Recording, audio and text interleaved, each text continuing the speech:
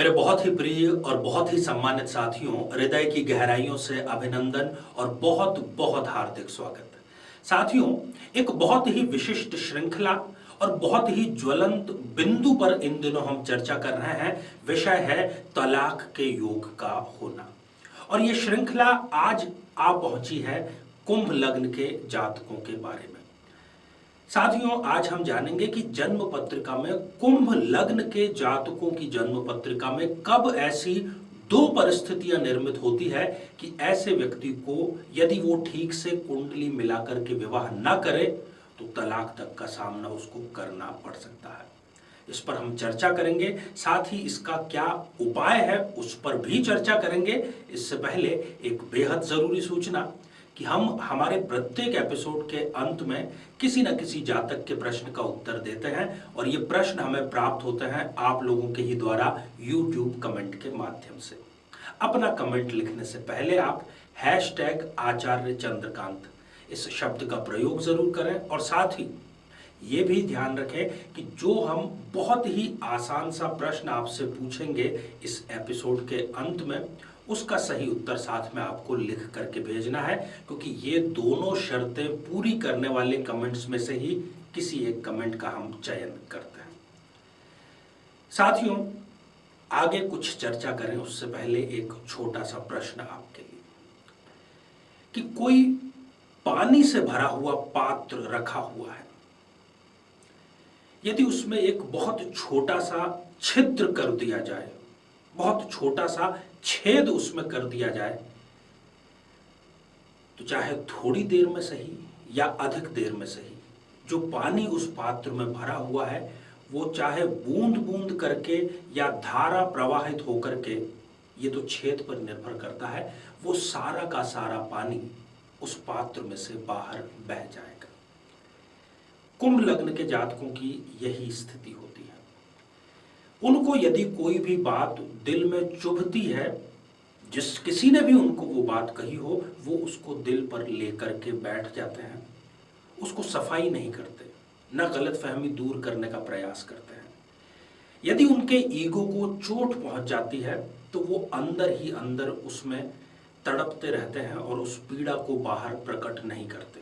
इसका उनकी हेल्थ पर, चाहे वो उनकी शारीरिक हेल्थ हो या उनकी मानसिक हेल्थ हो, उस पर बहुत ही विपरीत और बुरा प्रभाव पड़ता है। और जब वो उनकी मानसिक तनाव की इंतहा जिसको कहें वो हो जाती है, तो वो फिर परिणत होती है तलाक के रूप में।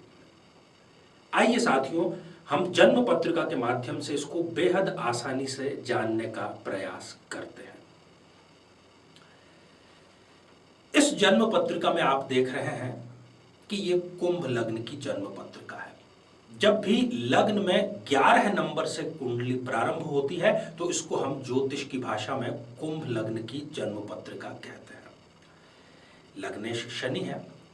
अब सबसे पहली स्थिति, यदि कुंभ लग्न की जन्म पत्रिका के सप्तम भाव में सूर्य देव विराजमान है, तब सूर्य की दशा या अंतरदशा में व्यक्ति को तलाक का सामना करना पड़ सकता है।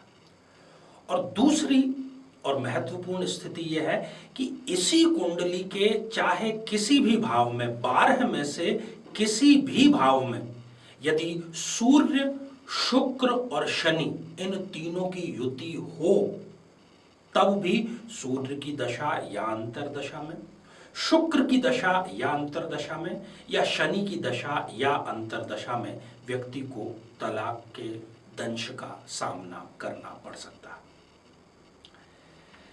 साथियों, यदि इस प्रकार की कोई स्थिति, जो दोनों स्थितियां बताई उसमें से दोनों या कोई एक यदि आपकी जन्म पत्रिका में है, तो उसकी मैं कुछ आपको विशेषताएं बता रहा हूं। विशेषताएं बताने का उद्देश्य यह है कि वो भी यदि आपके ऊपर ठीक बैठ रही है, क्योंकि आप अपनी कुंडली उठा करके देख सकते हैं, तो निश्चित जानिए साथियों कि इस प्रकार का दुर्योग आपके जीवन को भी संकट में डाल सकता है। विशेषताएं क्या है कि सूर्य इस कुंडली में है सप्तमेश और लग्नेश का वो प्रबल शत्रु है। सूर्य सप्तम भाव की यदि मैं बात करूं तो वो स्वग्रही होकर के बैठा है। ऐसे जातक का विवाह बहुत जल्दी हो जाता है, बहुत जल्दी की परिभाषा देश काल और परिस्थिति के अनुसार थोड़ी अलग अलग हो सकती है, परंतु जल्दी हो ही जाता है। और साथ ही प्रथम जो उनकी संतान है वो भी जल्दी ही उनको हो जाती है। जो जीवन साथी उन्हें प्राप्त होता है उसको ये कभी भी कन्विंस नहीं कर पाते। यदि इनको जीवन साथी से कोई बात मनवानी है तो ये नहीं मनवा पाएंगे, क्योंकि इनका जीवन साथी इतने ज्यादा इनसे सवाल पूछ लेगा कि ये उसको क्लियर नहीं कर पाएंगे। ऐसे व्यक्ति अपने पिता के बहुत ज्यादा निकट होते हैं, पिता की सलाह से ज्यादातर कार्य करते हैं। हाँ, थोड़े से गुस्सैल होते हैं, पर कई बार अपने गुस्से को ये निकालते नहीं है। गुस्सा निकालना भी जरूरी है, नहीं तो वो अंदर ही अंदर जहर बन के घुलता रहता है। अगर ये पूरे मूड में हो यदि कहें तो एक आकर्षक व्यक्तित्व के ये धनी होते हैं। दुर्घटना के कारण शरीर में कहीं स्थायी रूप से एक निशान, एक चिन्ह इनके जरूर बन जाता है। धन संग्रह की इनको बिल्कुल भी परवाह नहीं होती है और ये खुले हाथों से हर कार्य में खर्च करना ज्यादा पसंद करते हैं। और इनका सम्मान अपने लोगों से ज्यादा जो पराये लोग हैं, बाहर के लोग हैं, वो इनको ज्यादा सम्मानित करते हैं। पिता से ये, जैसा कि मैंने कहा कि निकटता इनकी होती है, परंतु पैतृक संपत्ति या तो इनको मिल नहीं पाती, या मिलती भी है तो वो विवादों में रहती है, या पूरी तरीके से मिल भी जाए तो इनके कोई काम वो नहीं आती है। बहनें यदि हैं, यदि कोई स्त्री है, तो उनकी जो प्रथम संतान है वो गर्भपात का शिकार होते हुए भी देखी गई है। मेहनती ये इतना है कि यदि ये किसी एक कार्य में रम जाते हैं तो फिर ये घड़ी की तरफ पलट करके नहीं देखते। समय कब बीत जाता है पता ही नहीं चलता। साथियों, इस प्रकार की यदि कोई स्थिति आपकी जन्म पत्रिका में है और ये सारी विशेषताएं भी है, और साथ ही आप दाम्पत्य जीवन में कड़वाहट का, कटुता का यदि अनुभव कर रहे हैं, तो आप ये सोचिए, ये समझिए और ये यकीन करिए कि जो अब मैं आपको उपाय बतलाने जा रहा हूं वो किसी आशीर्वाद, किसी अमृत से कम नहीं है आपके लिए। किसी भी शनिवार से आपको ये उपाय प्रारंभ करना है। 3 दिए आपको प्रज्वलित करने हैं, चमेली के तेल के दिए। हनुमान जी को चमेली के तेल का हम देखते हैं कि कई बार किसी भी, चाहे हनुमान जयंती हो, मंगलवार हो, शनिवार हो, उनको विशेष रूप से प्रिय है। तो 3 दिए आपको प्रज्वलित करने हैं। घर में ही आप किसी भी स्थान पर बैठ सकते हैं और आपको सुंदर कांड का पाठ करना है बिना किसी रुकावट के। शनिवार से शुरू करना है और फिर लगातार ये कार्य संध्या काल में 27 दिनों तक आपको करना है। और रोजाना आपको हनुमान जी से यही प्रार्थना करनी है कि जिस प्रकार से आपने राम और सीता की जोड़ी मिलवाई थी, उसी प्रकार से मेरे दाम्पत्य पर भी आप अपना दृष्टिपात करें, उसे खुशियों से भरें। तो साथियों, आप इसका अधिक से अधिक लाभ उठाएं और कोई जरूरतमंद है तो उस तक भी आप इस मैसेज को पहुंचा सकते हैं। आइए साथियों, अब हम बढ़ते हैं आज के हमारे कमेंट के चरण की ओर। आज हमने कमेंट शामिल किया है अश्विन जी का, जो कि उन्होंने लिखा है आनंदपुर ओडिशा से। अश्विन जी, आपने जानना चाहा है कि जो संपत्ति, जो जमीन का विवाद आपके चल रहा है वो कब तक सॉल्व होगा या नहीं। 100% सॉल्व होगा। ऑलरेडी बहुत देरी हो चुकी है, परंतु अप्रैल 2022 तक उसमें अभी और देरी हो सकती है, परंतु आपके साथ में निश्चित रूप से न्याय होगा। आप प्रति शनिवार को दशरथ कृत शनि स्तवन का पाठ नियमित रूप से करें। तो साथियों, ये था हमारा आज का आर्य सत्य।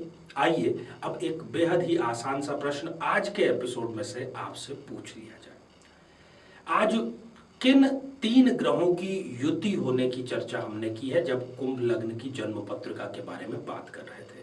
उन तीनों ग्रहों का नाम आपको लिख करके भेजना है। साथियों, श्रृंखला हमारी जारी है। इसी प्रकार के रोचक, शोधपरक और जीवन को बेहतर बनाने वाले कार्यक्रम हम निरंतर प्रस्तुत करते रहते हैं। आप सभी स्वस्थ, समृद्ध और शांतिपूर्वक जीवन व्यतीत करें। नमस्कार। जीवन में किसी समस्या का सामना कर रहे हैं, जैसे कि शादी में देरी होना, पति पत्नी में मनमुटाव या तलाक तक की नौबत आ जाना, संतान का प्राप्त न हो पाना, नौकरी या धन प्राप्ति में बाधा आना, जीवन के प्रत्येक क्षेत्र में किसी न किसी प्रकार की बाधा आना, तो आज ही अपनी जन्म पत्रिका का संपूर्ण विश्लेषण करवाएं और पाएं समस्या से सदैव के लिए मुक्ति।